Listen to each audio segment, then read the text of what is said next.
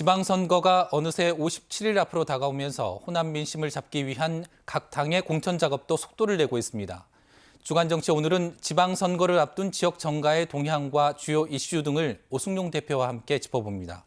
대표님 안녕하세요. 네, 안녕하십니까. 네, 민주당과 국민의힘 등 각 정당이 공천 절차에 돌입한 가운데 공천관리위원 비공개 등을 놓고 일부에서 잡음과 반발이 나오고 있던데요. 어떤 상황인가요? 일단 민주당 광주시당은 공천관리위원 비공개 원칙을 세우고 있습니다. 그렇지만 이 비공개에 붙이고 있지만 이미 알만한 사람은 다 알고 있는 상황에서 후보자 간의 어떤 정보 격차만 만들고 있는 측면들이 있고 불필요한 오해를 불러일으키는 측면도 있는 것 같습니다. 개혁공천은 시민들에게 투명하게 공개하고 참여를 높이는 것이 핵심이라고 할 수 있을 것 같은데 민주당 광주시당이 공관위원 보호와 로비 차단 명목으로 지금 비공개하고 있는데 강원이라든지 제주, 충남, 전북도당은 사실상 명단을 공개하고 있는 상황이라고 할 수 있습니다.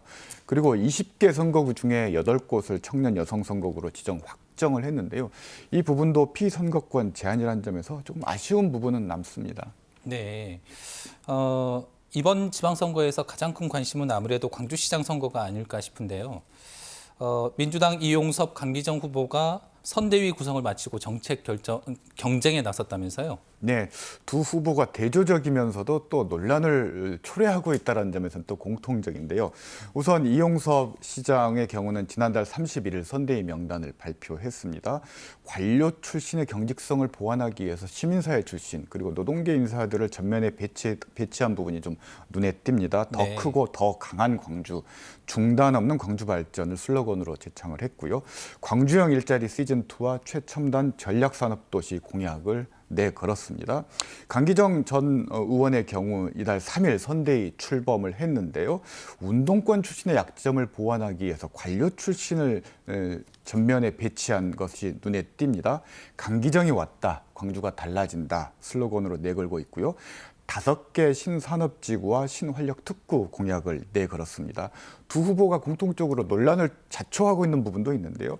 강기정 전 의원의 경우 공동선대위원장인 송병태 전 광산구청장의 경우 부인이 인사청탁 대가로 금품을 받아 구속된 전력이 있고요. 노희용 선대위원장의 경우 납품업체 뇌물수수 혐의로 구속된 전력이 있습니다. 이용섭 선대위의 경우도 시민단체협의 상임대표인 박재만 씨의 경우 임기 만료 후 바로 선대위 합류했는데 이게 시민단체의 독립성을 훼손했다라는 강한 비판을 받고 있는 상황입니다. 네, 이용섭, 강기정 예비 후보의 공천 여부는 결국 당내 경선에서 결정될 텐데 가장 큰 변수는 뭐라고 보십니까? 일단 권리당은 50%, 시민 여론조사 50%로 후보자를 결정하게 되는데요. KBS 광주 여론조사 결과에서도 나타났습니다만 지금 현재 무응답 비중이 굉장히 높다고 할 수 있습니다. 두 후보 간의 격차도 굉장히 초박빙 양상이라고 할 수 있고요. 결국은 권리당원의 영향력이 큰 지역위원장의 어떤 선택을 하는가가 중요할 것 같고요. 그리고 두 번째로는 5개 자치구청장 공천 그리고 광역의원, 기초의원이 사실상 이용섭 후보와 강기정 후보 간의 대리전 양상을 띠고 힘겨루기 양상으로 전개되고 있기 때문에 누가 어느 쪽의 후보군이 더 많이 공천을 받느냐도 선거에 영향을 미칠 수 있을 것 같습니다. 일단 사실상 양자 대결이기 때문에 제3후보라든지 어떤 특정 후보 감점을 통한 사실상의 전략 공천 이런 부분들은 어려울 것 같고요. 호남 공천이 민주당 개혁 공천의 핵심이기 때문에 민주당 중앙당 공관위 차원에서 투명하고 공정한 경선 관리 이 부분도 체크 포인트일 것 같습니다. 네.